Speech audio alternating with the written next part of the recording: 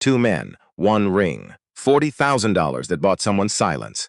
The referee doesn't stop it. Nobody stops it. That's the point. 2 black men who walked into a gym that was never meant to let them win, and every person in that building knew it. The coaches knew. The sponsors knew. The man collecting the checks definitely knew. They trained in a garage at 5 in the morning, in secret, for months, because when the system is designed to bury you, you don't argue with the system.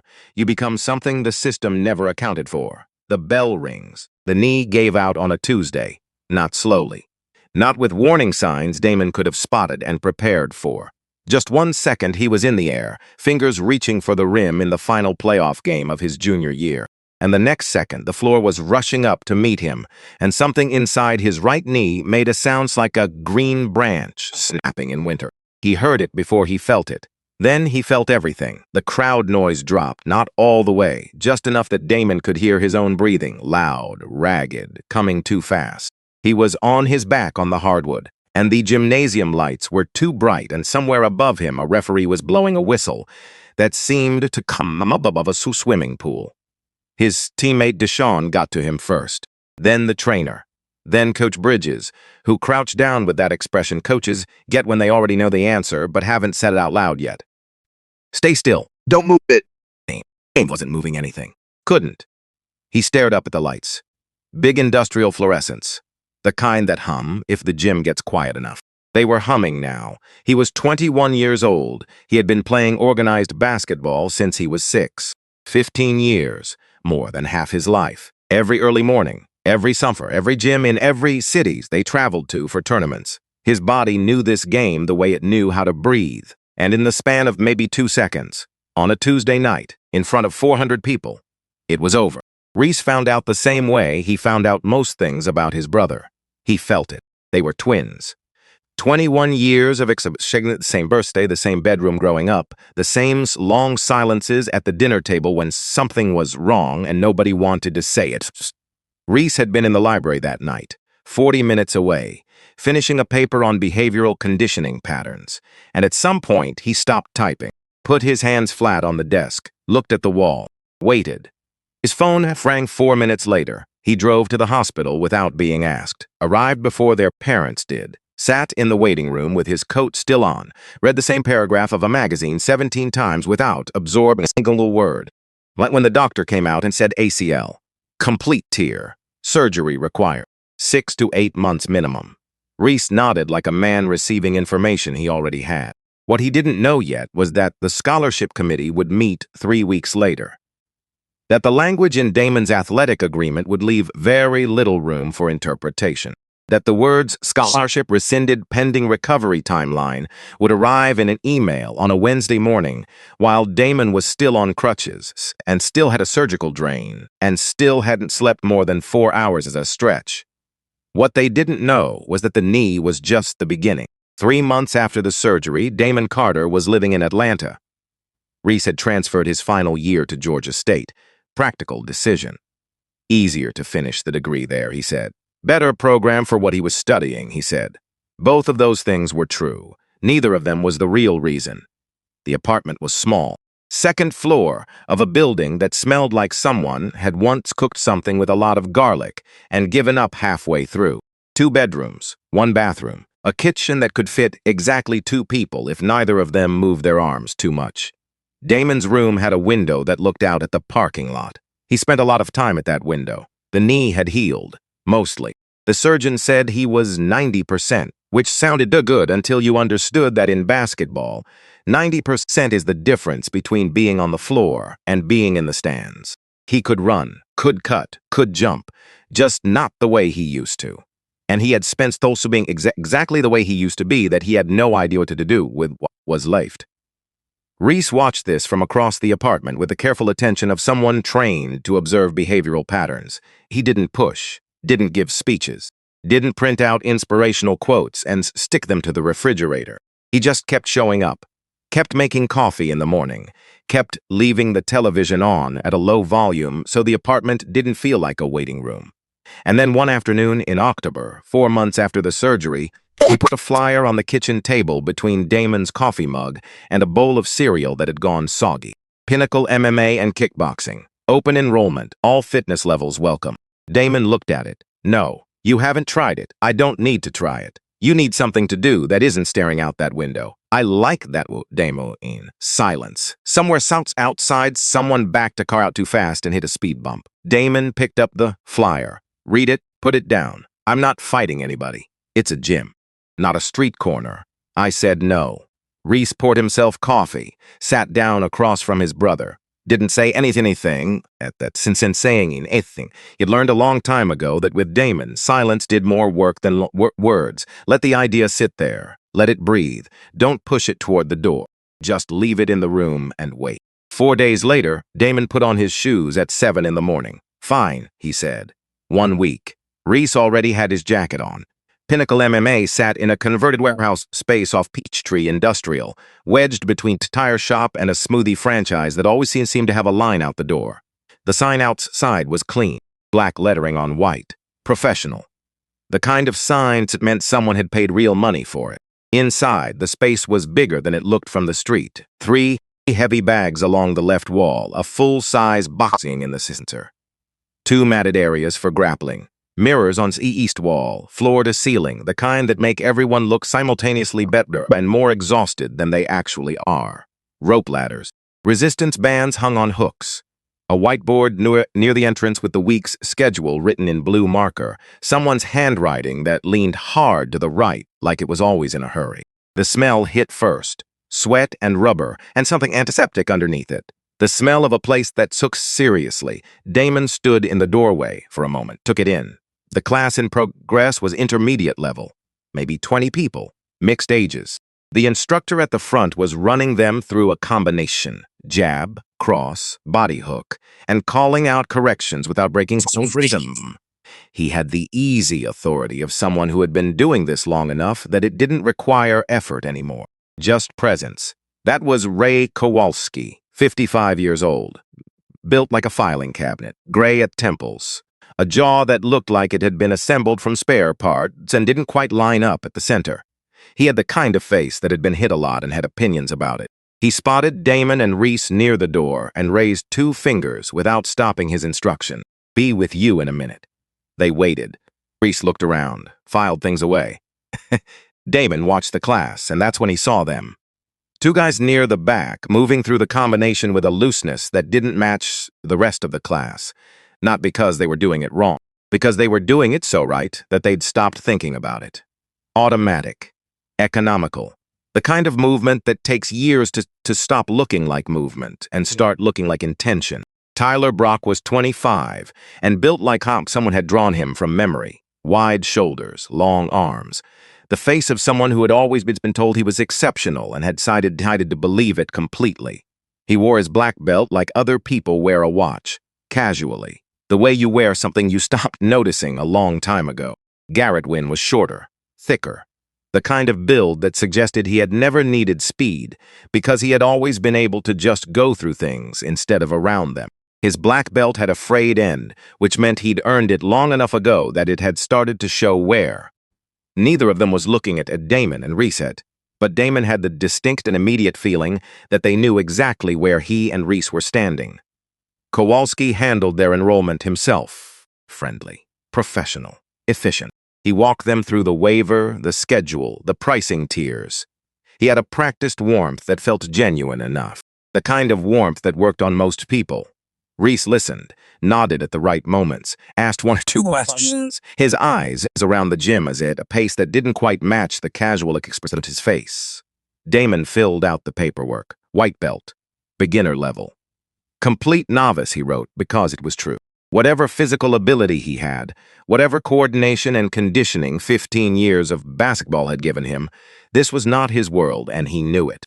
We'll get you set up with the Tuesday and Thursday fundamentals class, Kowalski said. Work on your base first. Stance, footwork, basic combinations, no pressure. We move at your pace. He smiled when he said it. Damon nodded. It all seemed straightforward. It wasn't. The first 3 weeks at Pickle established a pattern that Damon couldn't quite name, and Reese was already mapping. It wasn't any single thing. That was the problem. Any single thing could be explained, could be dismissed, could be chalked up to coincidence or oversight, or just the way a busy gym operates. when it's trying to manage 20-plus members at different levels. But it wasn't single things. It was the accumulation, the heavy bags. 2 of the 4 near the main training area had issues. One had a slow leak that made it respond unevenly. The other hung at an angle that put torque on your wrists if you weren't careful.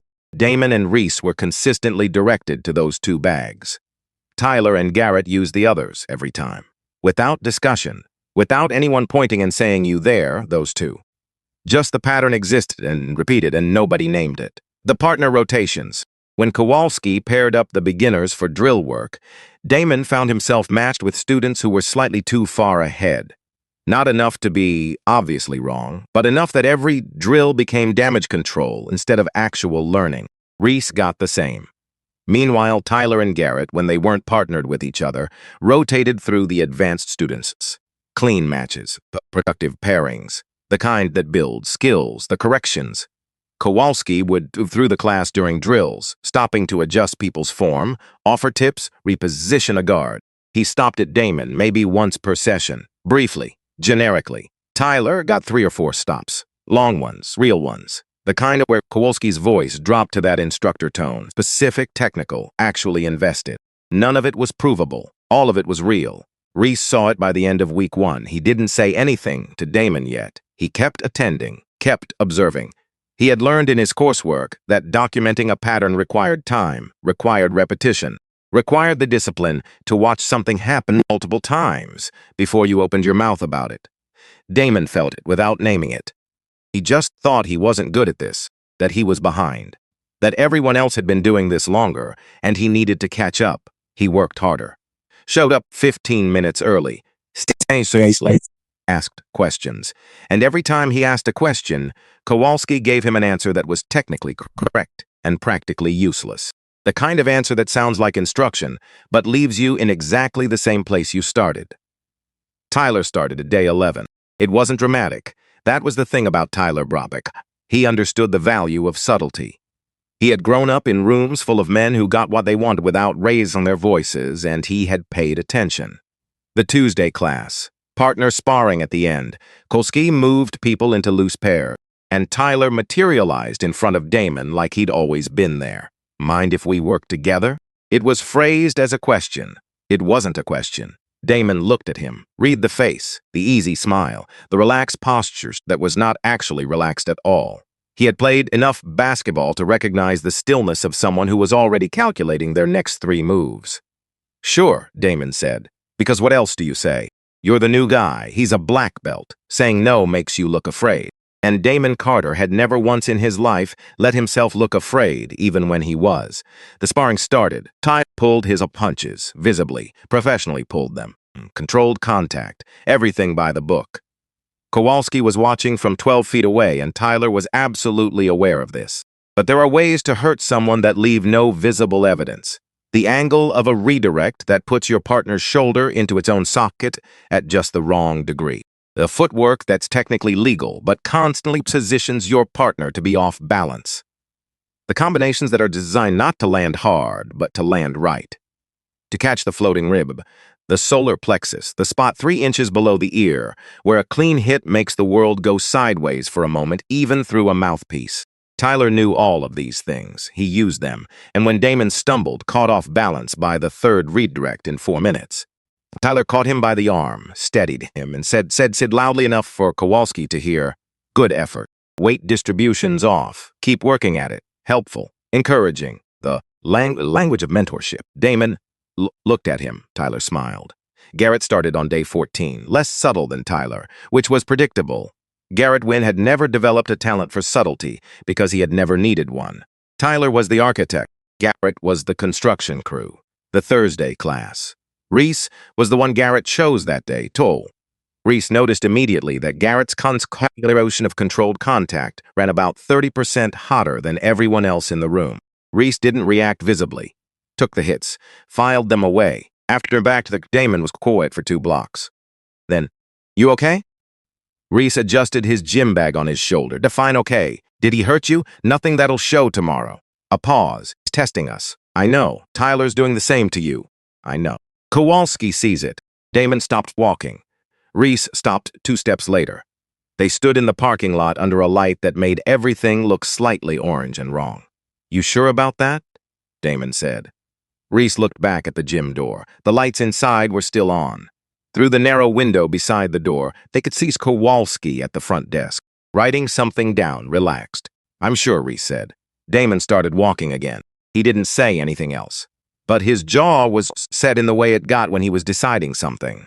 Reese recognized the look, had been recognizing it for 21 years. It meant the calculation was happening, the slow build of something that hadn't found its shape yet. Gloria Carter had been a registered nurse for 22 years.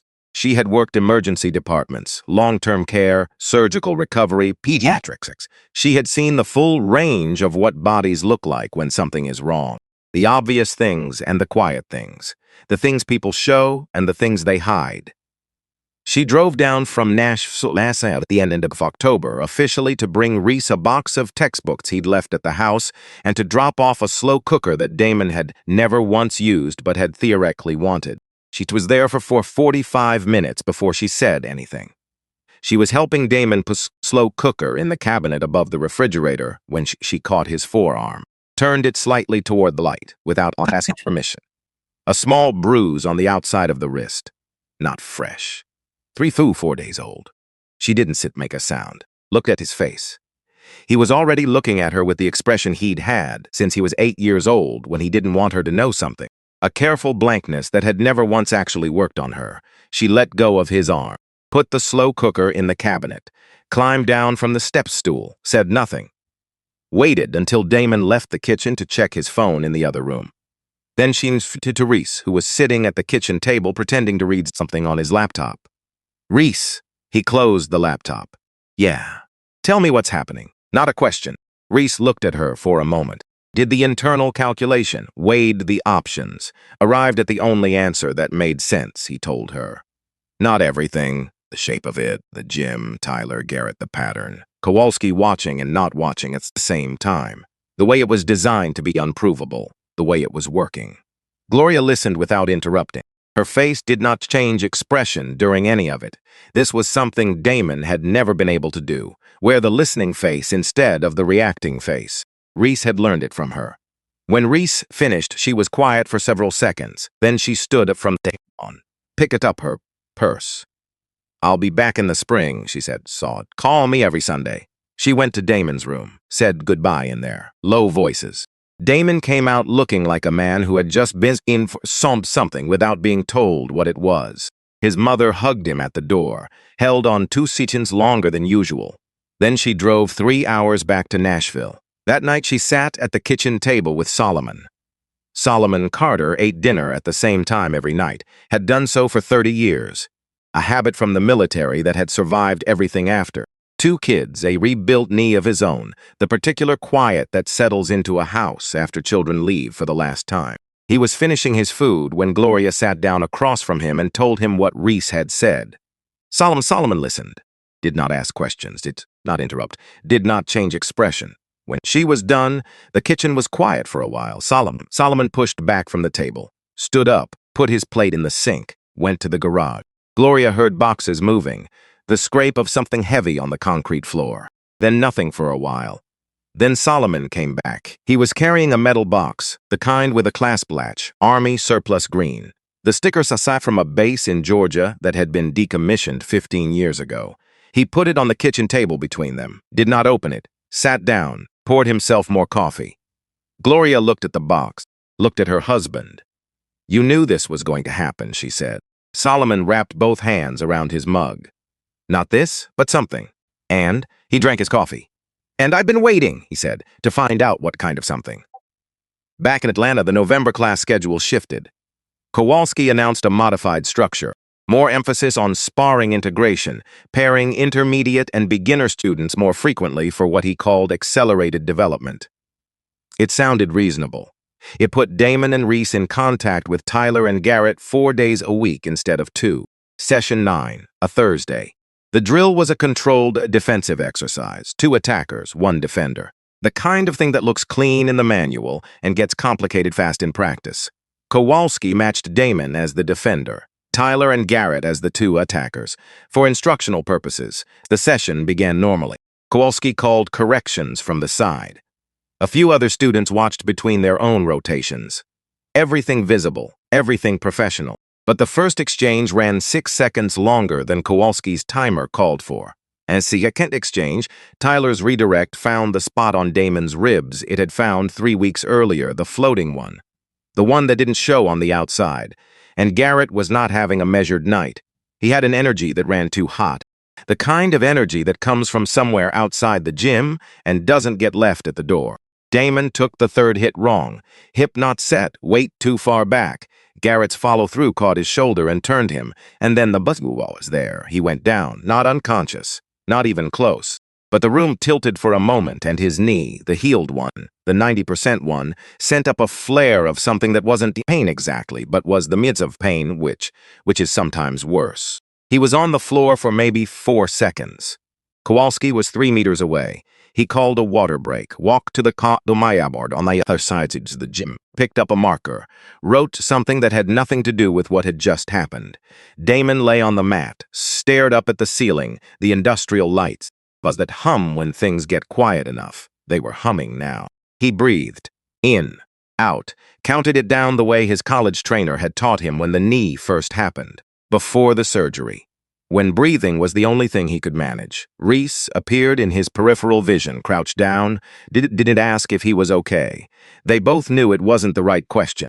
Said instead, quietly, the thing he'd been holding for 3 weeks. Enough. We need to talk to Dad. Damon didn't answer right away.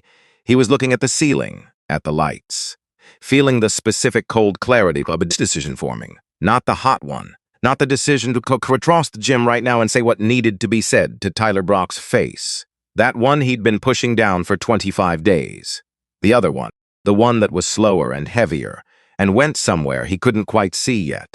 He sat up. His ribs ached, his shoulder ached, his knee was fine, actually. The flare had passed, 90% held. He looked at Reese. Call him tonight, said. Reese was already reaching for his phone. Solomon picked up on the second ring. Reese talked for 7 minutes. Damon could hear his father's voice from across the kitchen. Low, even. The particular frequency that meant he was receiving information and not reacting to it yet. Not because he wasn't feeling anything. Solomon Carter always felt things. He just had a system for where feelings went while information was still coming in. When Reese finished, Solomon asked one question. He hurt? He's okays. Both of you be home this weekend. He hung up. Reese put the phone down, looked at Damon. Damon was looking out the window at the parking lot. A car pulling in slowly. Someone coming home from somewhere. What do you think he's going to do? Damon said. Reese thought about it. I don't know exactly, he said, but I think he's been waiting for us to make this phone call for a while. Damon turned away from the window. Good, he said, and there was something in his voice that hadn't been there before. Not anger, not the hot thing. Something quieter, something with a longer burn. They drove to Nashville Friday evening. The house looked the same as it always did. A blue box slightly too close to the street. The oak tree in the front yard dropped leaves late, still holding some of its color in November when everything else had given up. The garage door that never quite sat level. Gloria had made food. There was food on the counter and food in the refrigerator, and the slow cooker was running, even though it was the one she'd just brought them last month. She was like that. When she didn't know what else to do, she made sure nobody was hungry. Solomon was in the garage. They found him there.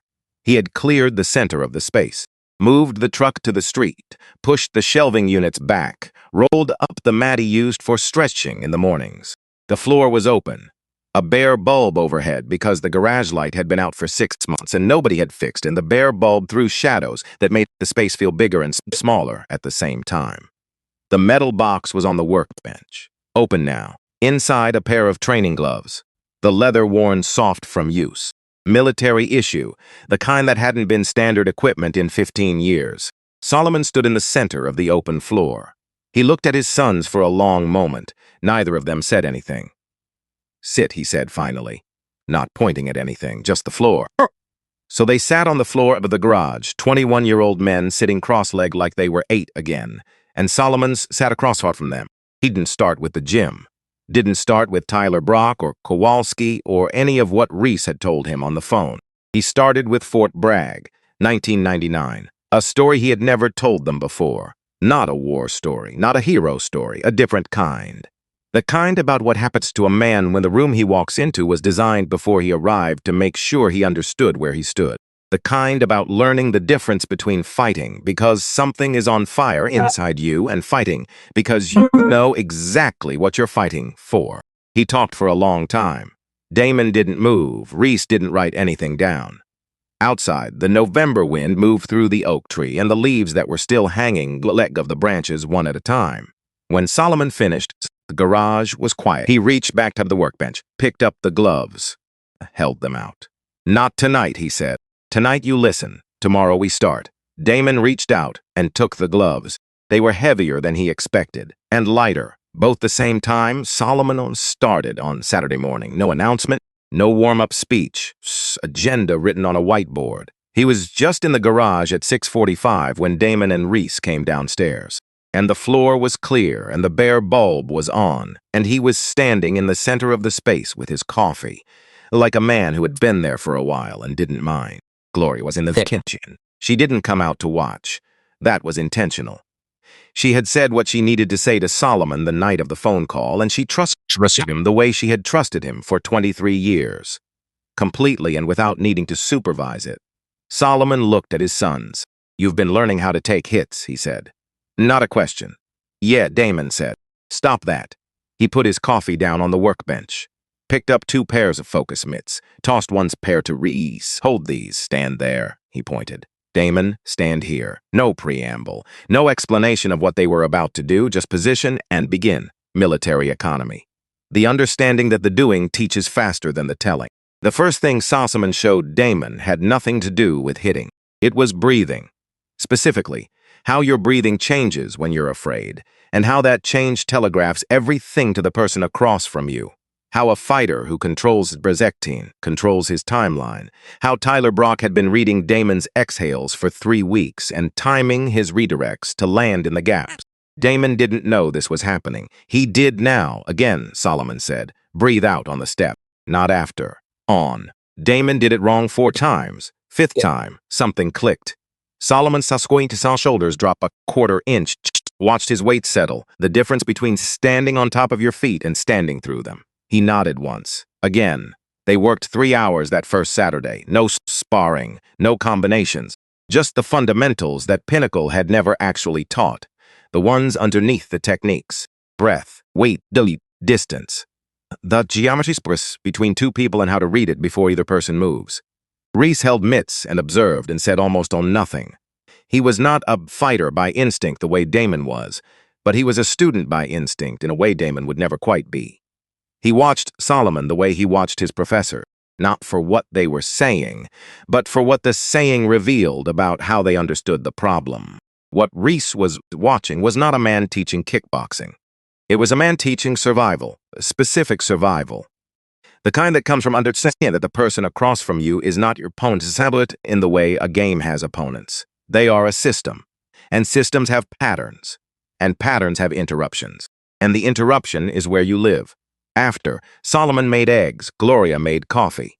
They sat at the kitchen table, the 4 of them, and didn't talk about the training or the gym or Tyler Brock. They talked about other things. Reese's thesis topic, Gloria's new rotation at the hospital, the oak tree out front, and whether the south branch was going to come down on its own before Solomon got around to cutting it. Normal Saturday things, except when they left Sunday afternoon to drive back to Atlanta, Solomon walked them to the car, stood by the driver's side while Damon loaded his bag in the back, and he said quietly, so only Damon could hear it, "You go back Tuesday. You go through the class. You don't show them anything different yet. You understand?" Damon looked at his father. "Yes, sir." "Good." He clapped him once on the shoulder, firm, the way he had done since Damon was a kid. The clap that meant, "I see you. I believe in the outcome. Now go." Tuesday at Pinnacle was the same as it had always been, except Damon was not. The difference was invisible. That was the point. He moved through the fundamentals class with the same careful beginner energy he'd shown since day one. Absorbed corrections that were designed to confuse, took the partner pairings that were designed to undermine, responded to Tyler's redirects by going off balance in exactly the ways he always had. But now he was breathing through it. And Watching, Reese was doing the same from his position across the mat.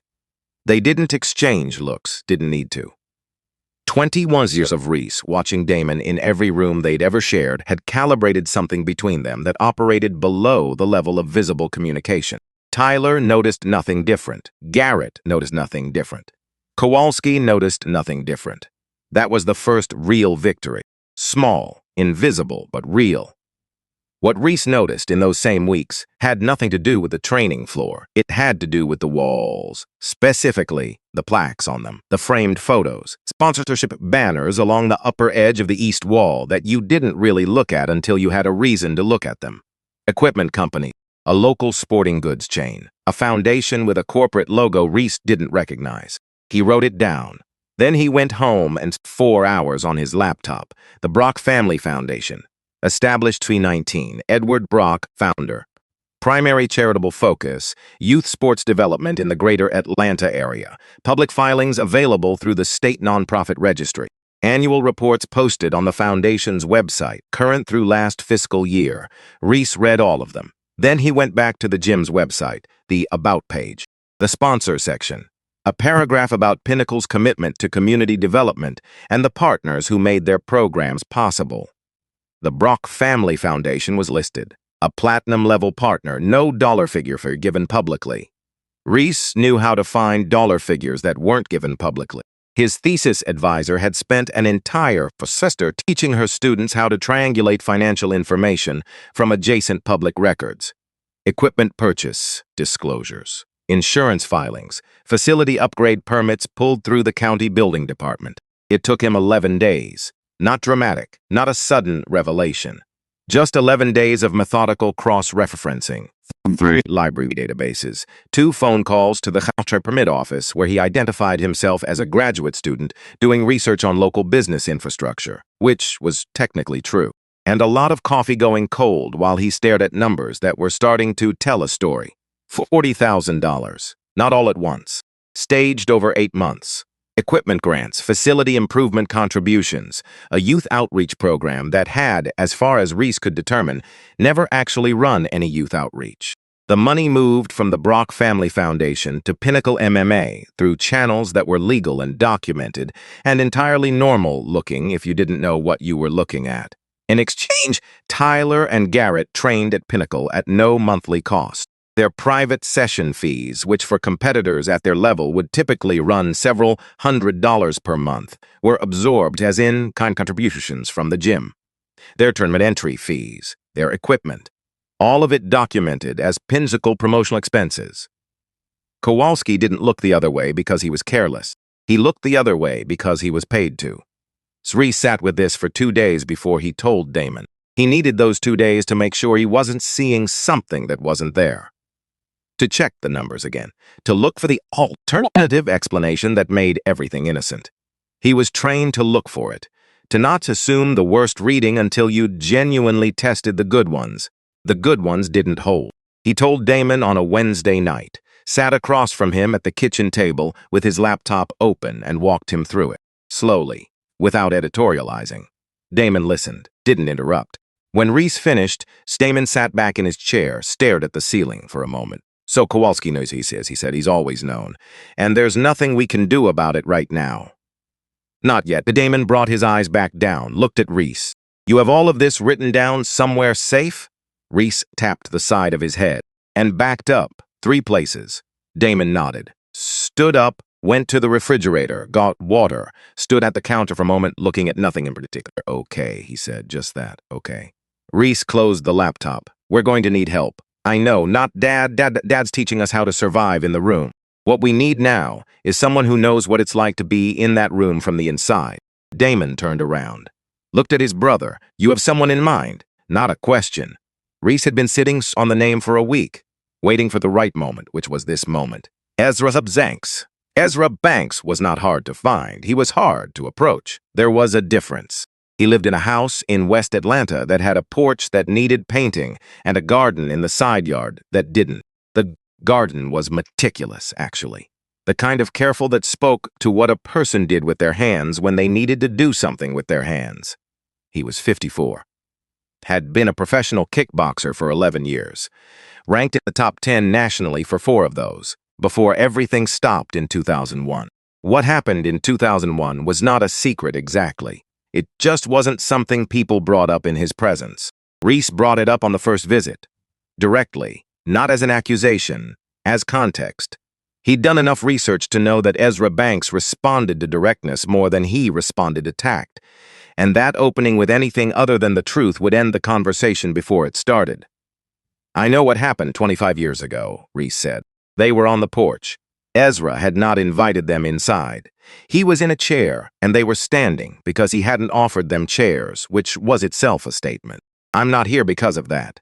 I'm here because of what you knew before that." Ezra looked at him, then at Damon, then back. "What is it you think I knew? How to fight people who have the room set against you?"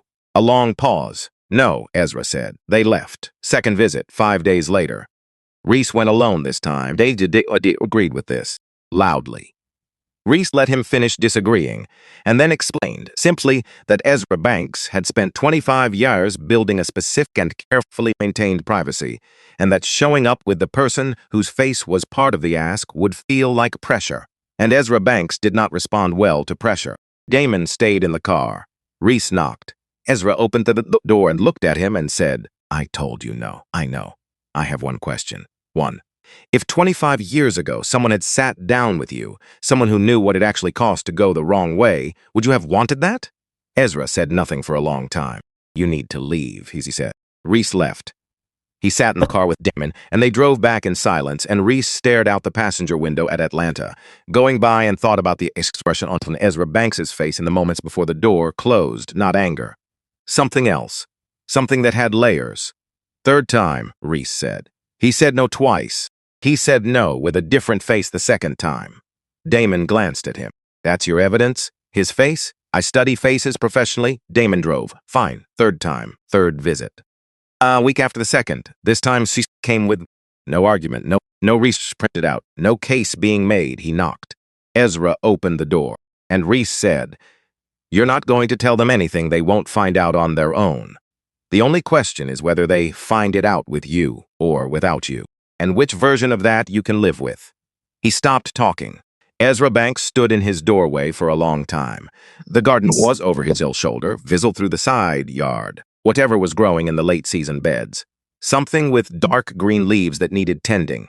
"Come inside," Ezra said. They sat in Ezra's kitchen. Coffee on the table. 3 mugs. He'd put out 3, which meant he'd known this was how it was going to go, even if he hadn't said it out loud yet. He talked for 40 minutes. 1999. Gym in Decatur. 2 guys, not so different from Tyler and Garrett, who had decided that Ezra Banks did not belong in a space they had claimed as theirs. A coach who saw everything and had reasons to see nothing. A pattern that lasted 7 months before it stopped being a pattern and became an incident. An incident outside the gym after a night that had been building for 7 months, where Ezra made a choice that he made fast and in the dark and without the distance to see what it would cost. 18 months. Not a long sentence, by some measures. Long enough. When he got out, the career was gone. Not officially taken. Just the phone stopped ringing, the door stayed closed. The connections that had existed before had rerouted around him. By the time he was ready to come back, there was no back to come to. The man who had been hurt, Ezra said this clearly, without deflection, carried damage in his left hand for the rest of his life. That was not abstract to Ezra. He knew the man's name, had known it every day for 25 years. "I'm not telling you this so you feel sorry for me," Ezra said. He was looking at Damon specifically. "I'm telling you because you have the same thing in you that I had, that heat, that particular kind." He paused. "It will take everything from you if you let it run." Damon was quiet. His hands were flat on the table. "So what do I do with it?" "Give it a direction," Ezra said. "Not tonight, not with those 2. Save it for what?" Ezra picked up his coffee. "That's what we're going to figure out." Solomon drove down the following weekend. He and Ezra had never met. Turned out they had mutual connections from the Atlanta athletic community of the 90s. The kind of mutual connections you see when 2 men of a certain age and background sit across a table and start comparing notes. It took about 6 minutes for them to establish the common ground, and another 10 minutes for them to settle into the specific, comfortable shorthand of men who have lived through comparable things in parallel.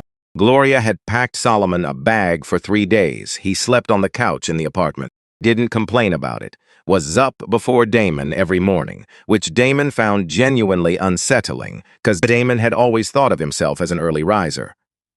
The community bankhead had an open floor on weekday mornings before 7. Ezra had a sitting arrangement there from years of training neighborhood kids on his own time. The staff knew him. Let him use the space without making it complicated. That was where they went. 5:30 a.m., 4 days a week. Solomon and Ezra on opposite sides what they were teachings. Solomon built systems, Ezra built instincts. Damon and Reese in the middle, learning to be both things at once. It was the hardest 6 weeks of Damon's life. Harder than the surgery. Harder than the rehabilitation. Harder than the email about the scholarship, which had been the kind of hard that had no physical component, which made it worse in its own way. This was physical and mental, and something underneath both of those things. The part of you that decides whether you're going to keep going when there is no external reason to keep going. No crowd, no scholarship, no recruitment, just the floor and the work and the 2 men across from you who have paid for their knowledge in currency you don't want to think about too carefully. Solomon pushed Damon past comfort every session, not carelessly. There was a calibration to it, the specific calibration of a man who had watched his son be systematically hurt for weeks and had now channeled that knowledge into understanding exactly where the edge was and how much farther past it Damon needed to go. Ezra worked differently, quieter, more internal. He would watch Damon go through a combination and then say one thing, not a correction exactly, more like a question. What were you looking at? Or where were your hands before you decided to move? The kind of question that made you realize you'd have been moving without deciding, which was the whole problem. Reese absorbed everything and then translated it. That was his function in these sessions, which he had identified naturally without anyone assigning it to him. Solomon would teach something in the language of tactics, and Reese would find the way to say it in the language of pattern recognition, which was the language Nick's brain actually processed fastest. 21 years of being twins had made them a system. Now they were learning to be a system with teeth. The thing about keeping a secret from Tyler Brock was that Tyler Brock was not stupid. He was good at reading people. Had been good at it since he was a kid in rooms full of adults who didn't think he was paying attention. He could feel a shift in someone before the shift became visible. He felt something in Damon by week 3. Name it. Couldn't point. Tim was still Mzugleigener, still going off balance at the right moments, still responding to corrections with the appropriate mix of effort and confusion. But something underneath was different. Tyler mentioned it to Garrett after a Thursday class. Garrett shrugged. He's just getting used to it. Happens with some guys. They stop flinching eventually. It's not that. Then what? Tyler looked across the gym where Damon was talking to Kowalski near the sign-in desk. Normal conversation. Nothing that meant anything. I don't know, Tyler said. Watch him. Garrett watched him. And because Garrett was Garrett, because he had one setting for things that made him uncertain, and that setting was harder, the Thursday after that was when it happened. It was a controlled drill. Defense against combination attacks. Kowalski had grouped them, 2 attackers, 1 defender, rotating through. The kind of exercise that looks clean and structured class time. Is in the defender position. On his left, Garrett is on his right, and Garrett was not having a measured night. The first exchange was fine. The second exchange, Garrett's elbow came in high on the rotation. Not a legal strike in this context. Caught Damon on the side of the head. Not the worst spot, but wrong. Damon's neck snapped sideways. Third exchange. Garrett's follow-through on a redirect drove Int's head down and forward at the same moment Garrett's knee came up. The timing was either very good or very bad depending on your perspective. Damon went down, not fully out, not close. But the world went sideways and his knees hit the mat and his hands followed and he stayed there for a moment because staying there was what his body needed and his body was currently in charge. He heard Kowalski call a water break, heard footsteps going away from him. Then Reese was there on the floor beside him, not touching him, just Damon, I'm good. You're not good. I'm not bad. That's not the same thing. Damon pushed himself up to sitting. The room was stable. That was a good sign. He did a quick internal inventory, eyes tracking fine. No ringing. Mild headache starting at the base of his skull, but not the bad kind. The kind that would be gone by morning, except the knee, the 90% one. When Garrett's follow-through had redirected him, he'd come down wrong.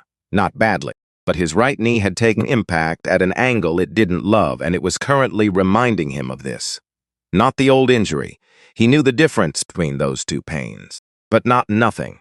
He sat on the mat and breathed and did not look at Garrett. Reese was watching his face, reading it. How bad? Not bad.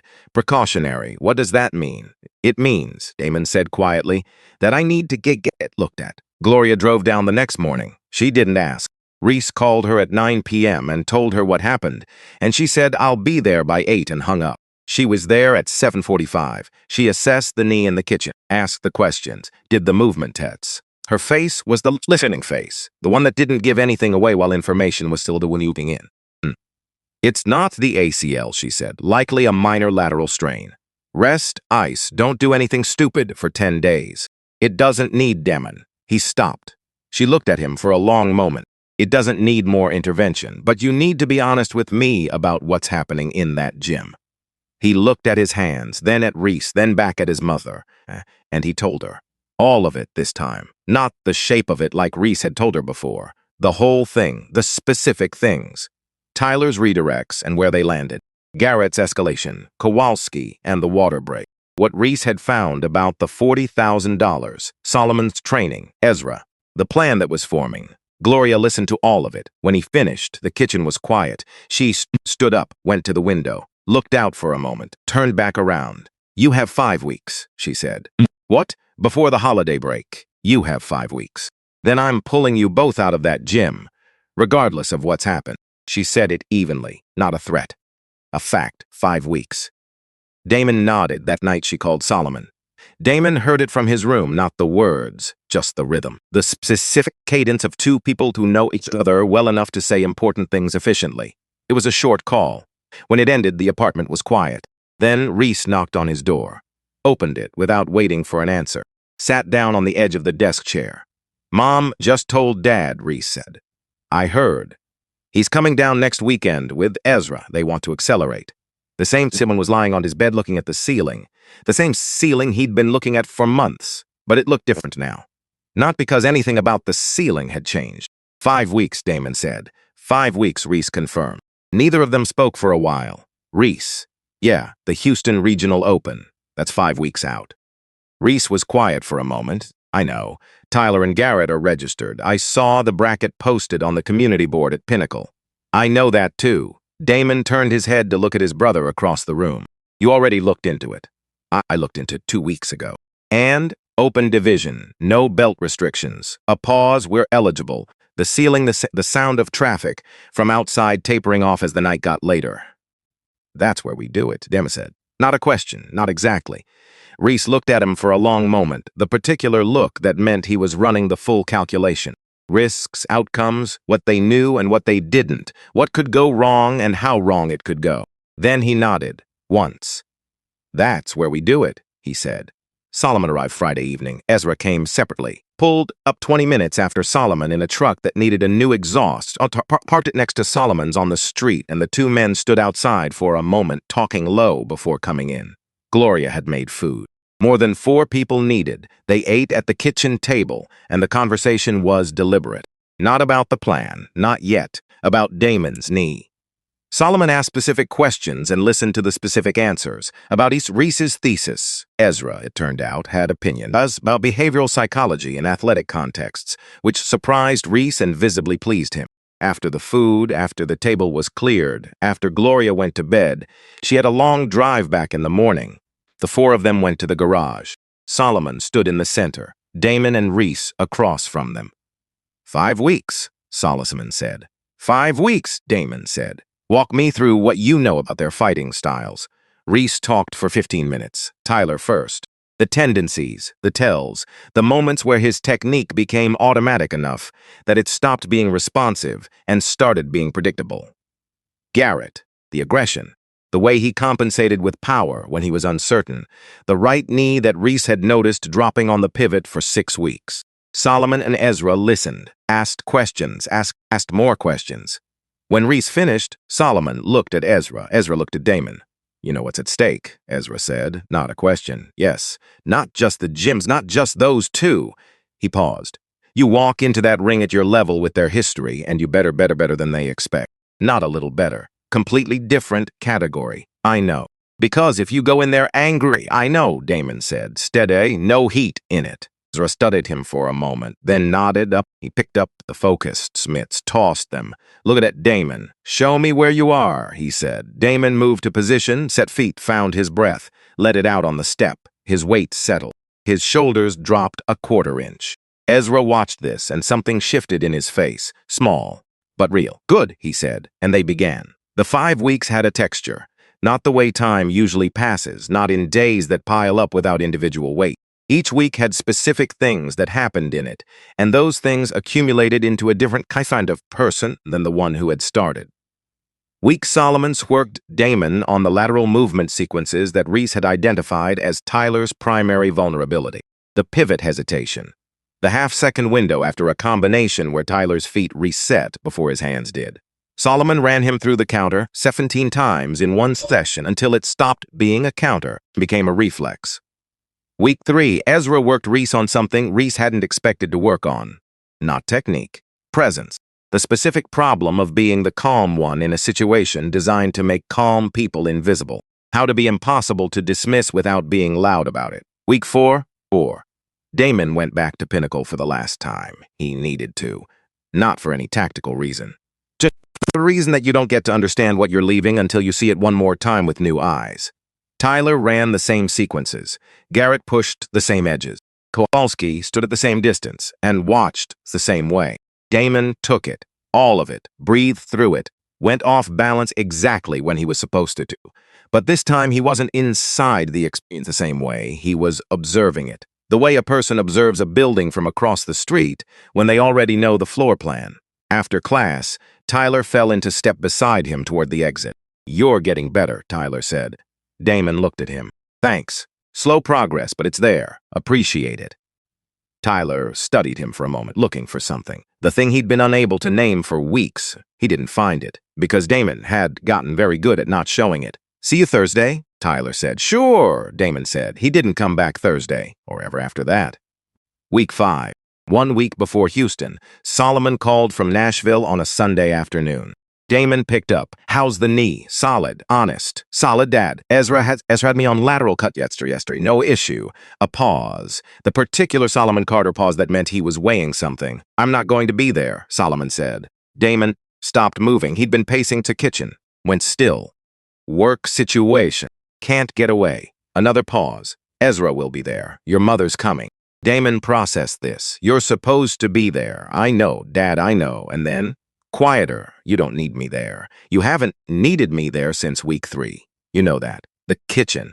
The sound of the building settling around him in the way old buildings do at night." "I wanted you there," Damon said. A long silence. "I know," Solomon said. "I'm sorry." Damon leaned against the counter, looked at the floor. "Is it real?" he said. "The work thing." Another pause. "Does it matter?" Damon thought about this, actually thought about it. His father, who had spent 14 years in conditions that made Pinnacle look like a pleasant afternoon, who had sat in a garage in November and told his sons a story he had never told anyone, who had driven to Atlanta on weekends and slept on a couch without complaining and gotten up before the sun, who might possibly have set his sons 5 weeks into the hardest work they'd ever done and decided that his particular kind of presence was no longer the thing they needed. "No," Damon said. "It doesn't matter." "You're ready," Solomon said. Damon looked up at the ceiling. "How do you know?" "Because you asked me if it mattered, and then you answered your own question," Solomon said. 5 months ago, you wouldn't have done that." Damon was quiet. "Call me after," Solomon said. "Yes, sir." He hung up. Reese appeared in the kitchen doorway, had been there long enough to have heard the shape of it. "He's not coming," Reese said. "No." "Okay, yeah." Damon pushed off the counter. "Yeah, it's okay." He went to his room, sat on the edge of the bed, looked at the window. The street below going quiet as the night came in. He thought about what Solison had said about answering his own question. He thought about Ezra Banks in his kitchen with 3 mugs of coffee and 25 years of a specific kind of knowledge. About Reese on the gym floor beside him saying, "I'm not bad," like it was different from fine, which it wasn't. About Gloria making sure nobody was hungry because that was what she did when she didn't know what else to do, which was her way of doing everything. He thought about Tyler Brock's face on the day they first met. That easy certainty. The assumption of arrangement. The specific confidence of a person who has always found the room already set up the way they needed it. The room is not always going to be set up for you. That was what Solomon had said in the garage in November. Not with those words, in different words. But that was what it meant. What matters is what you do when you walk in anyway. Damon sat with that for a while. Then he got up, went back to the kitchen, poured water, stood at the counter. Reese, his brother, appeared. "We should go over the bracket one more time." Reese already had his laptop open. They sat at the table, went through it. Division structures, the draw, Tyler in one bracket, Garrett in the adjacent one. The earliest they could meet was the semifinals if both sides held, which was the plan. Not guaranteed, plans never are, but built from real information, real preparation. 5 weeks of work that had changed the category. They stayed up until midnight going over it. When Reese finally closed the laptop, Damon was looking at his hands. "You scared?" Reese said. Damon thought about it, actually thought. Yeah, good. Why good? Reese looked at him. "Because scared means you understand what's real, and you're going anyway." He paused. Everything Dad was trying to say in the garage, that's it. Right there. Damon looked at his brother. 21 years. Same birthday. Same bedroom. Same long silences.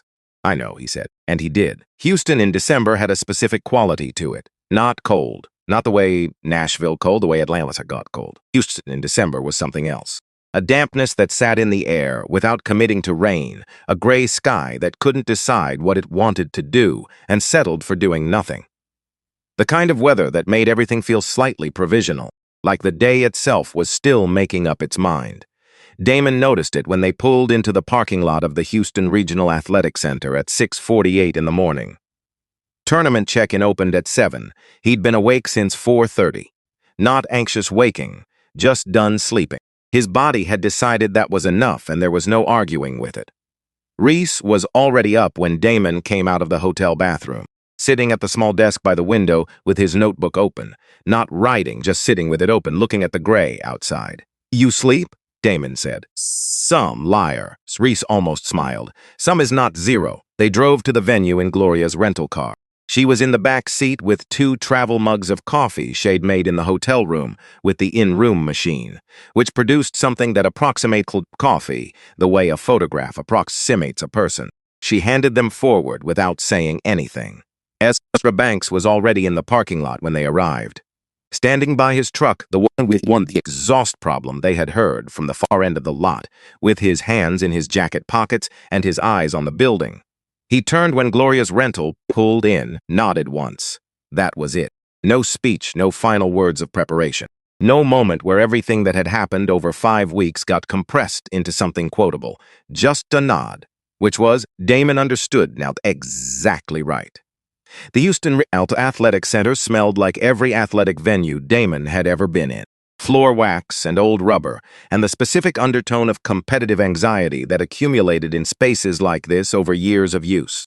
The main floor had been divided into 4 competition rings, each once marked with colored tape, each with its own table of officials. Each was already drawing clusters of competitors doing warm-up sequences with the focused inwardness of people who had been doing this long enough that warming up was automatic. Banners along the upper walls, sponsor logos. An announcer at a table near the east entrance, doing a microphone check that nobody was paying attention to. Damon took it all in, filed it, moved through registration with Reese at his shoulder. The official at the table, a woman in her 40s with reading glasses pushed up on her head, and the organized efficiency of someone who had processed several hundred registrations in her career pay, found their names, confirmed their division, stamped their entry cards.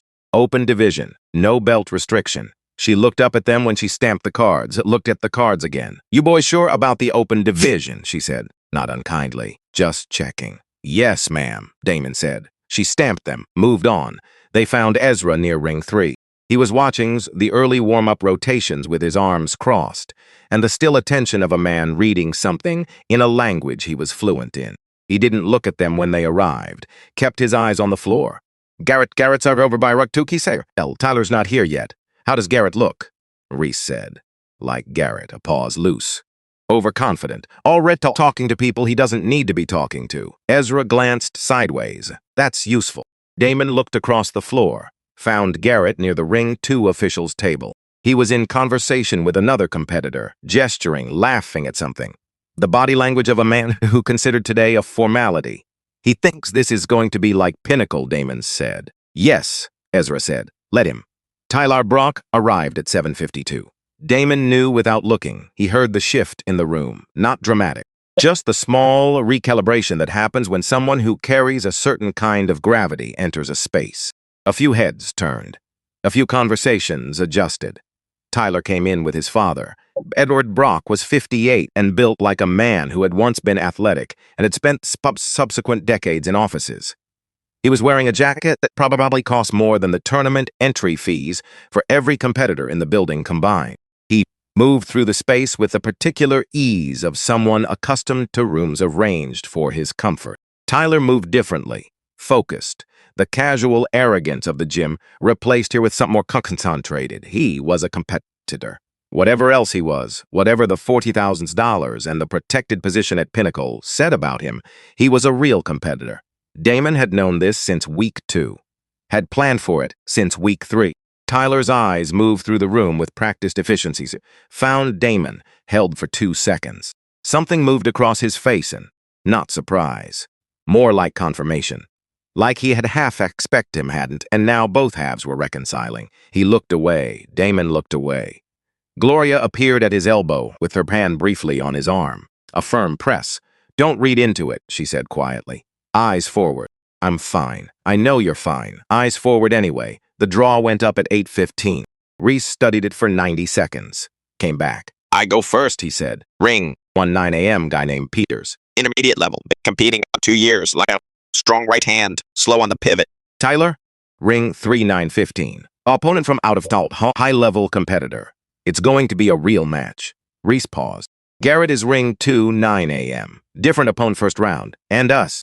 If the brackets hold, Reese did the math he'd already done. You get at Garrett in the semis. I could get high Tyler. Finals would be us and them. If the brackets hold. Reese looked at him. You'll know that. No, Damon said. But I know Garrett isn't losing before the semis. He's too good for this field before that point. And Tyler, he stopped. Tyler is going to want to be there. Reese considered this, nodded slowly. Then we need to make sure we're there too, he said. Reese went first, ring 1, 9 a.m. The opponent, Peters, was exactly what the draw said he was. Strong right hand, slow on the pivot. Reese had spent 45 minutes the night before in the hotel room talking through the specific counter to a strong right hand from a slow pivot. And Damon had listened and offered the athlete's perspective, and between them they had built a map of exactly how this was going to go. It went that way. What nobody in that room had been prepared for was Reese Carter in competition, not because he was explosive, not because he was flashlighty, because he was so precisely, almost disturbingly calm. He moved through the 3 rounds with the measured quality of a man who had thought about this more carefully than his had and was simply executing. No wasted motion, no reaction for its own sake. Every counter based on information he had gathered in real time and processed faster than Peters could adjust to. End of round 3. Decision. Reese Carter by unanimous points. The officials at ring 1 exchanged a brief look, small thing. But Damon caught from 20 feet away. Ezra appeared at his shoulder. Your brother just told this entire room something without meaning to. Is that a problem? Depends on who was watching. Ezra looked across the floor. Tyler was warming up for his 9:15 bout. He was not looking at ring 1. He was watching, Ezra said. Tyler's first match was real.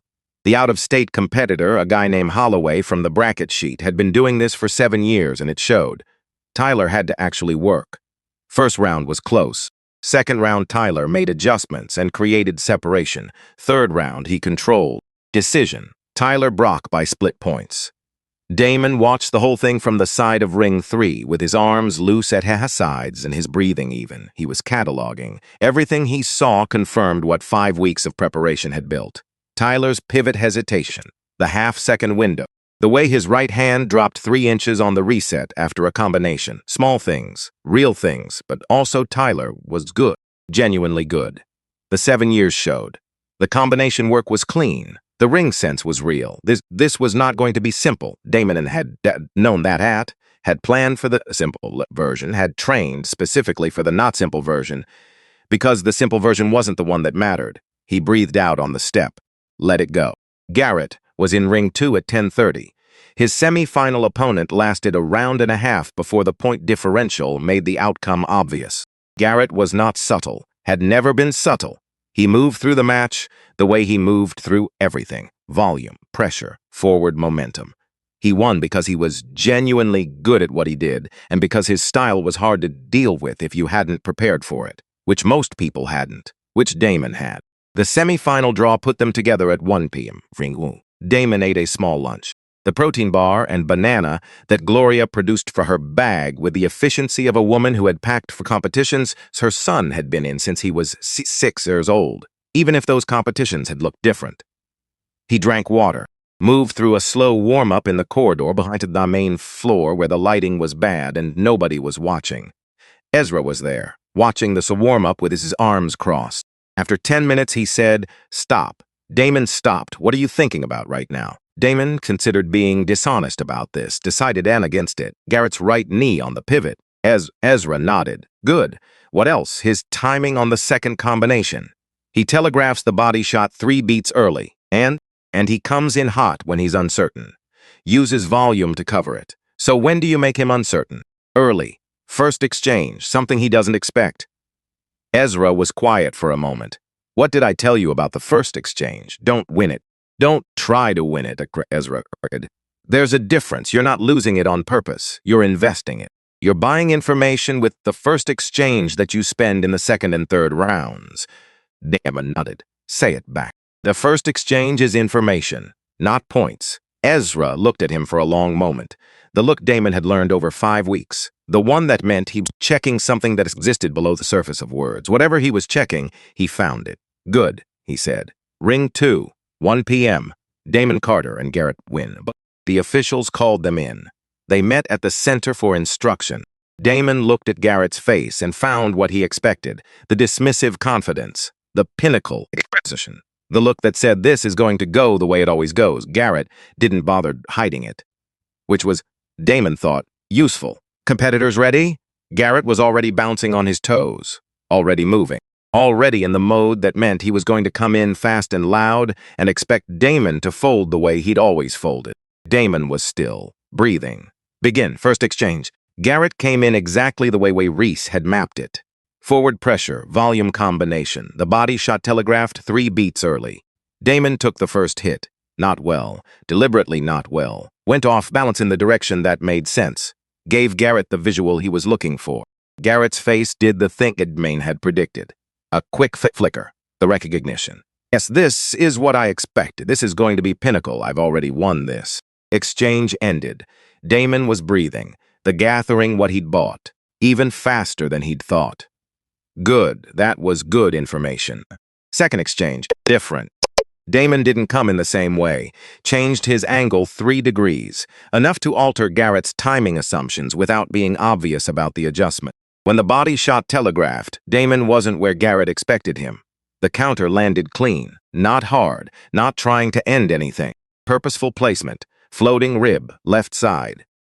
Breath changed, small thing, real thing. Third exchange, Garrett adjusted, came in with more volume, forward pressure harder. This was the uncertain mode. Ezra had named it exactly right. When Garrett didn't understand what was happening, he answered with more of himself. More of yourself is predictable. Predictable has a shape. Round 1 ended. Points close, Damon slightly behind, which was fine. The first round was information. Gloria was in the seats. Damon couldn't see her from the ring, but he knew where she was. He'd clocked it before he stepped in. Third row, slightly left of center. She'd be sitting with her hands in her lap and her face doing nothing that gave anything away. Ezra was at ringside. not coaching loudly, not gesturing, just standing there with his eyes doing the same thing they always did. Reading. Round 2. Garrett came in different. He'd made his own adjustments. He was a genuine competitor, and he was adapting. But he was adapting to the Damon Carter of round 1. Not the one standing here now, the right knee on the pivot. Ezra had drilled the counter into Damon for 3 weeks. Not just the movement, the timing, the specific window that existed for exactly 2 beats after Garrett's weight committed to the pivot. The window opened in the second exchange of round 2. Damon went through it. The combination landed in sequence as not spectacular, clean, precise. The kind of contact that doesn't look like much from the outside and feels like everything from the inside. Garrett went down, not out. Damon stepped back immediately. The officials moved in. Garrett was up in 5 seconds, pride getting him vertical faster than his body was ready for. Point Carter. The room shifted, not loud, just a collective adjustment in the atmosphere, the recalibration of a room full of competitive people who had just seen something they hadn't predicted. Round 2 ended, Damon ahead. Round 3. Garrett was not going to accept this gracefully. That was not in him. It had never been in him. 24 years of being a Garrett win, of winning the way he won, none of it had equipped him for the experience of being behind on points against someone he had spent months treating as a target. He came in round 3 with everything he had, which was considerable. Damon took 2 hits he should have avoided and didn't. His footwork failed him in the 3rd exchange, and Garrett found him, and the left side of his head rang briefly. He reset, breathed. His knee held, 90% held. He fell off his feet, found his breath, found the distance. He thought about Solomon in the garage. Not the training, the story. Fort Bragg. The thing his father had never told anyone. The cost of carrying something for 20 years and still getting up the next morning and making coffee and driving to Atlanta to sleep on a couch without complaining. He thought about Ezra Banks and 3 mugs of coffee and a garden that needed tending. He thought about Reese beside him on the gym floor, saying it's not bad 3 weeks of going through it together, and neither of them backing out, and neither of them pretending something other than what it was. He found the window. Last exchange of round 3, Garrett coming forward, the pivot, the knee, the 2 beats. Damon went through it one more time, clean, efficient. Final, round 3 ended, decision. The official raised Damon Carter's hand. He didn't celebrate, walked to the side of the ring, took the water Ezra handed him, sat on the edge of a chair, and breathed for a full minute without talking. Ezra crouched in front of him. Tyler, in 2 hours, how do you feel? Tired. Honest. Left side of my head hit? Yes. Bad. Damon did the inventory. Eyes tracking, room stable, no ringing anymore. Just there. Ezra looked at him for a long moment. You need the 2 hours. I know. All of them. Not just the first 30 minutes. Ezra. All of them, Damon. Yes, sir. He found Gloria in the corridor. She was waiting. She tracked the route he'd take and positioned herself at the point where the corridor turned and the light was better. He didn't ask how she knew. She always knew. She looked at him. The nurse's look. Quick and thorough. Left side, he said, before she could ask. She put 2 fingers under his jaw, tilted his head, looked at his eye. Standards assessment, he let her do it. He followed. Again, he followed, or she dropped her hand. You're fine, she said. I know. Don't let it happen again. Mom, I know you know. I'm saying it anyway. She looked at him for a moment. Something moved behind her eyes. The thing that had been there since he was a kid, the particular weight of watching someone you love walk into rooms that were designed to hurt them. You did good in there. He didn't say anything. She put her hand on the side of his face the way she'd done since he was 6, since before he was 6, since always. Held it there a beat, then dropped it. 2 hours, she said. Eat something. Rest. Don't think about Tyler. He almost laughed. You know that's not. I know it's not possible. I'm saying it anyway. She handed him a protein bar from her bag. Go for Reese. Reese had won his semi-final. He told Damon about it with the matter-of-fact quality he brought to everything. His opponent had been technically strong. The first round had been a genuine contest. Reese had made adjustments in the second and built a point advantage he managed carefully in the third. Decision. Reese Carter. Which meant the bracket had held. Finals. Damon and Tyler. Reese and whoever came out of the other side. They sat in the corridor together with the food Gloria had produced, 2 allosaurs stretching ahead of them. You okay? Reese said yes, really. Tired. The head thing. But yes. Reese looked at him, the twin look. The one that didn't need words to cover all the distance. He's going to be different than Garrett, Reese said. I know. He watched your match. Damon looked at him. Enough of it. Reese was quiet for a moment. He's going to come in adjusted. He's not going to make Garrett's mistakes. He's going to make his own, yes. A pause, but they're going to be smaller. Damon 8 looked at the corridor wall, the institutional beige of athletic facility corridors everywhere. Tell me one thing, he said. Reese knew what he meant. Had prepared for this question the way he prepared for everything. His resist. After the combination, when his right hand dropped the objects. That's not a mistake. It's not, but it's a window. Reese looked at him. It's your window. Reese's final was first. His opponent came from the other side of that bracket. Someone who'd come up through a different route. He was good. Reese told Damon afterward that he was better than expected. That the first round had required real adjustment. But Reese Carter, at this point in the day, was not the Reese Carter of 9 a.m. Something had built in him through the hours. Not aggression, not heat, something more like clarity. The kind that accumulates when you've been right about your prep routine and you know it, and the knowing makes you precise in a way that's different from being smart. He won in 3 rounds. Decision. Clean. When the official raised his hand, Reese looked across the floor to where Damon was standing and gave the smallest possible nod. I did my part. Now do yours. The final. Ring 3, 4:15 p.m. The gray December light coming through the high windows had shifted over the course of the day, not sun's light, just the change in quality that happens as afternoon gets later, a slight warming of the gray toward something almost gold. The room had the tired focus of a competition in its final hours. The energy of people who had been here since 7 a.m. and had run out of the casual kind of attention and were now paying the real kind. Tyler Brock came to the center with the focused calm of someone who had been preparing for this match since the moment he saw Damon Carter on the other side of the bracket. He was not underestimating him. That much was clear. Whatever Tyler had thought he knew about Damon Carter from months at Pinnacle, he had watched the semifinal and recalibrated. The Damon Carter at Ring 2 at 1 p.m. was not that Damon Carter who had been absorbing redirects and going off balance on schedule. Tyler knew this. His face said he knew this. Good. Damon preferred this version. Competitors ready? He breathed out on the step. Weights settled. Shoulders dropped. Up. Begin. Round 1. Tyler was careful, not passive. Careful. There's different. He probed, tested angles. Rankings that were designed to gather information rather than score points.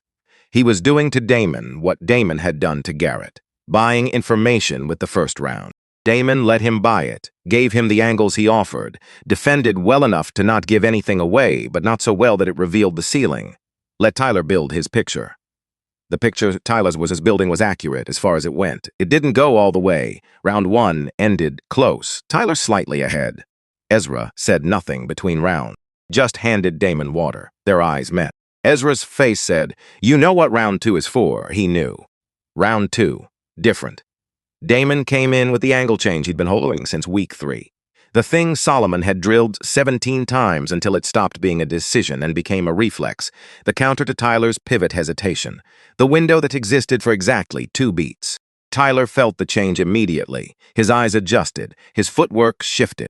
He was fast, faster than Garrett, faster than Damon had truly internalized from watching. He almost closed the window before Damon reached it. Almost. The combination landed, not perfectly. Tyler partially deflected it, but partially deflected meant partially landed. And the part that landed found the right place at the right angle, and Tyler's footwork broke its rhythm for exactly 2 beats. Damon made a point of those 2 beats. Point, Carter. Tyler reset. His face was controlled, the competitive face, not angry, not rattled, just recalibrating, the face of someone moving the information around. Second exchange of round 2. Tyler something new, something he hadn't shown in his earlier bites, a left-hand combination that came from a different angle than anything Damon had prepared for. Fast, clean, it landed. The left side of Damon's head again, same spot Garrett had found. The room rang for a moment. He reset, breathed, found his feet. Third exchange of round again, Tyler eating him and differently, no, but the window was still there. The right hand. The 3-inch drop on the Reese set. Reese had said, "It's not a mistake, but it's your window." Damon watched for it. It came. He went through it. Second point. Carter. Round 2 ended even. Between rounds 2 and 3, Gloria appeared at Rek'Sai 10 for exactly 10 seconds. She didn't belong there. Ezra was the corner, not her. But she was there and nobody stopped her because she moved with the authority of a woman who had stopped asking permission for things that mattered a long time ago. She looked at Damon. "Left side," she said. "It's fine. I know it's fine. Don't let it happen again. Mom, I know. 1 second. You're doing exactly what you're supposed to be doing." Then she was gone. Ezra didn't acknowledge she'd been there, just looked at Damon. "The drop," he said. "It's going to be smaller in round 3. He knows you found it. How much smaller? Enough that you'll have to be faster. How much faster?" Ezra almost smiled. "Faster than you think you can be. Round 3. Tyler came in different again. He'd made the adjustment Ezra had predicted. The right-hand drop was tighter, the window smaller. The first exchange, Damon reached for it and Tyler closed it and countered, and it was Damon's footwork that saved him. The lateral sequence Solomon Sen had built in week 2. Second exchange, Tyler pressing. Volume up. He'd decided the way to solve Damon Carter was to increase the pace beyond the level where Dame's preparation was useful and find the athlete underneath the training. He was not wrong about the logic. He was wrong about whether it would work. Because the athlete was someone who had spent 6 years running full-court basketball at full speed under physical and emotional pressure in front of crowds that wanted something from him. The athlete underneath the training was someone who knew how his own body felt when it was past the comfortable limits and was still operational. 90% held. The pace increased. Damon held it. Third exchange.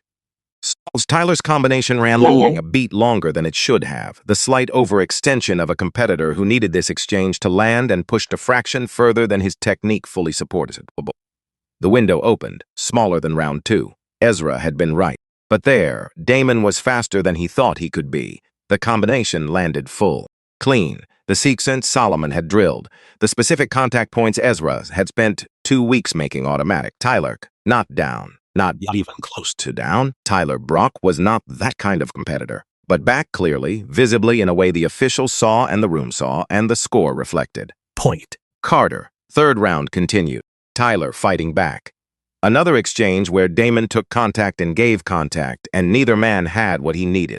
The pace brutal now, both of them in it. Final exchange. Damon's footwork broke for 1 step. Tyler found him. The hit landed on his shoulder. Hard, purposeful. Tyler, using everything he had left, Damon went sideways, caught himself. 1 knee briefly feet to the mat, up immediately. The official looked at him. "You good?" "Yes." Timer. End of round 3. The officials conferred. Damon stood at the center of ring 3 and breathed. His shoulder throbbed. His head was present. The knee had held through everything. He didn't look at Tyler, didn't look at the judge's table. He found Gloria in the third frovo. She was standing, had been standing since the last exchange, not shouting, not gesturing, just on her feet. The particular standing of a woman who had been sitting with controlled stillness for 7 hours and had reached the thing that made sitting no longer possible. Just standing, just there. The head official stepped forward, raised Damon Carter's hand. The next few minutes were not what Damon had expected. He had expected to feel something large, something commensurate with what the day had cost, some wave of emotion that would organize the last 6 months into a single coherent feeling. What he felt instead was very quiet, like after a long drive when you turn off the engine and the silence isn't empty. It's the presence of everything that was making noise, now stopped. Reese was there. He didn't say anything. Just put his hand on the back of Damon's neck briefly, the thing he'd done since they were kids when one of them needed steadying and didn't want to ask for it. Ezra Banks stood to the side, looking at the ring, not at Damon. At the ring itself, the space they'd just used. Whatever he was seeing in it. Gloria reached them a minute later. She assessed Damon first, automatic, before anything else. Shoulder, head, knee. Then she looked at him the way she'd been looking at him his whole life. Said nothing. That was enough. Edward Brock moved fast. Damon was still at ringside when he heard the conversation starting near the officials' table. Edward Brock in the expensive jacket, with the voice of a man accustomed to outcomes directed when they were inconvenient. "Need I to speak with the tournament director?" The official at the table, the woman with the reading glasses who had stamped their entry cards that morning, looked at him with specific patience of someone who had been doing this job long enough to know exactly what kind of conversation this was going to be. Sir, these boys are not what they registered as. Open division, no belt ranking. You have no way of verifying their actual skill level. This whole bracket is compromised. Damon heard this from 15 feet away, didn't move. Reese was already in motion, not toward Brock, toward his bag. He had the folder out in 12 seconds. He'd been carrying it all day, tucked into the bottom of the gym bag under the extra wraps, the protein bars, and the tournament paperwork. A manila folder, slightly worn at the edges from being in the bag since before they left Atlanta. He walked to the official's table, put the folder down. I have documentation, Reese said, that I'd like to share with the tournament director and any association representatives who are present. Edward Brock turned, saw Reese, saw the folder. Something shifted in his face. Not quite recognition, not quite fear, something that lived between them. The tournament director, a man in his 60s who had been running regional competitions for 22 years and had the weathered patience of someone who had seen everything twice, came over from where he'd been managing the adjacent ring breakdown. He looked at Reese, looked at the folder, looked at Brock. What is this? Reese opened it. 11 days of research, the public filings, the cross-referenced equipment permits, the foundation records. The documentation of $40,000, moving through legal channels to achieve an outcome that wasn't.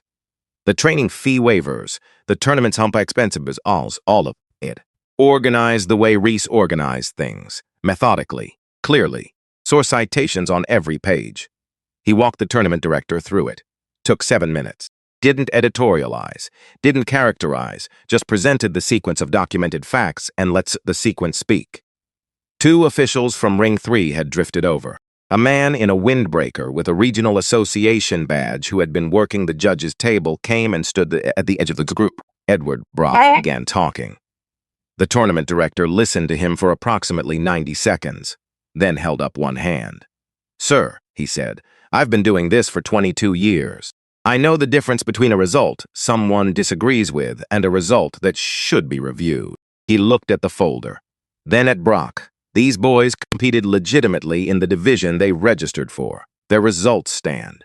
Brock's face went several colors into succession. The documentation in that folder, the regional association representative said, is going to require follow-up with Pinnacle MMA's certification board. Now wait, that's not a conversation for today, the representative said. But it is a conversation that's going to happen. Brock looked at Damon. Just for a moment, Damon met his eyes, didn't say anything. Didn't need to. Tyler found Damon near the exit, not his father's move, his own. He came over while Brock was still in conversation with the officials, moving through the thinning crowd with his beach bag over one shoulder and the competition face finally fully gone. What was left was just his face, younger looking than it had seemed all day. He stopped in front of Damon. They stood there for a moment. Good match, Tyler said. Damon looked at him. Yeah, a pause. Tyler glanced toward where his father was still talking, still gesturing, still trying to move an outcome that had already been decided. He looked back at Damon. I didn't ask, Tyler said, about the arrangement. I knew something was theirs, and I didn't ask. Another pause. That's not nothing.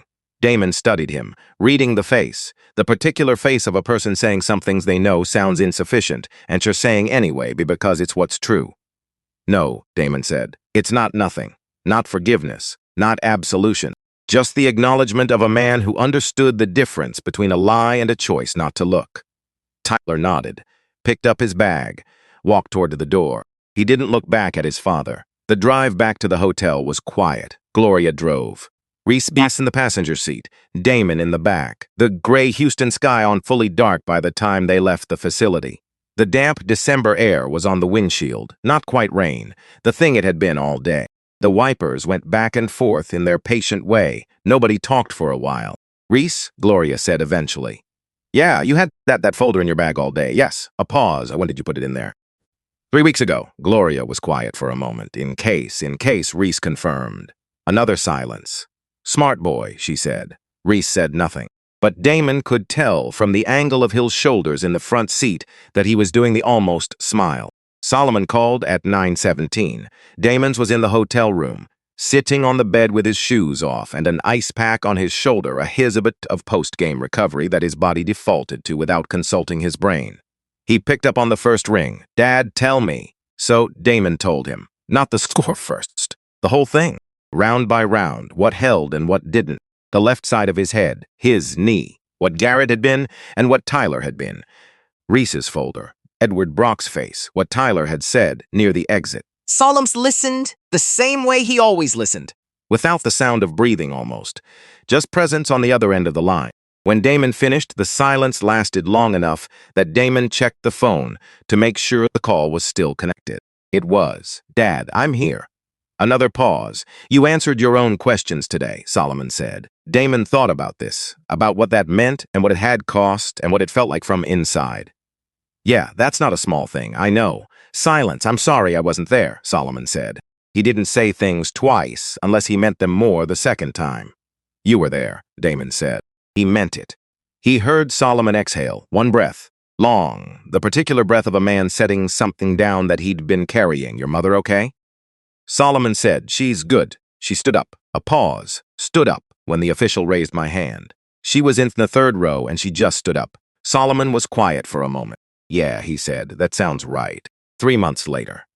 The consequences moved at the pace. Consequences move when they're working through official channels rather than dramatic confrontations. Pinnacle MMA's certification was reviewed by the Regional Martial Arts Board. The review took 6 weeks. The outcome was a formal suspension of Kowalski's instructor certification, pending investigation of the financial arrangements documented in the materials submitted following the Houston Regional Open. Kowalski hired a lawyer. It didn't matter much.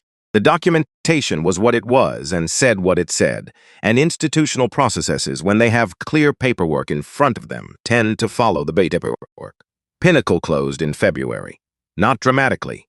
Not with a final confrontation or a moment where the lights went out and the sign came down.